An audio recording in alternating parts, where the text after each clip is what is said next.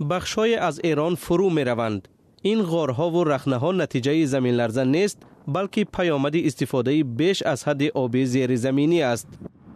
وقتی که شما آب از سطح زمین بیرون می‌کشید، بین خاک و بین سطح خاک هم آب هستش، هم هوا هستش و خاک هستش. شما آب رو دارید می‌کشید زمین، از زمین می‌کشید بیرون.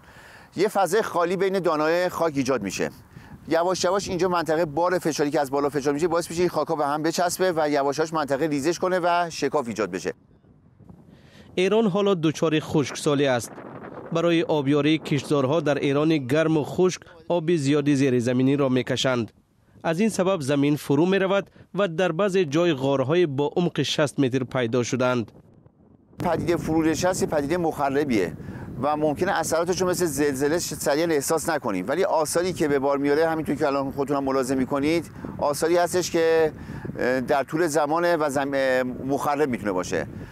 یعنی من میتونم از تاثیرات فرونشست به شما بگم اثرات مخرب فرونشست: تخریب زمین‌های کشاورزی، ایجاد ترک در سطح زمین، آسیب رسوندن به مناطق مسکونی شهری، سیستم فاضلاب، ترک در جاده‌ها، اختلال رسانی در سیستم لوله‌های گاز، آب.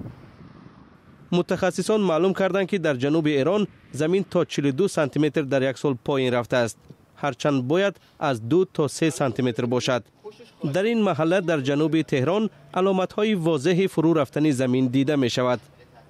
نرخ‌های بسیار بالایی است و خیلی جاها هم جایی هستند که جمعیت زیادی درش سکنا دارند و بعضاً زیرساخت‌های حساسی مثل فرودگاه توشون قرار گرفته که از نظر ما اونا اولویت دارن.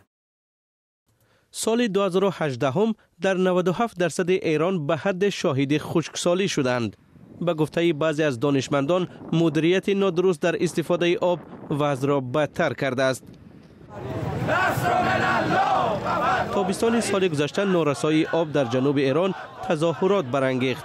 با ادامه خشکسالی رخنه‌ها در اینجا فقط یک علامت مشکلات عمیق در ایران است.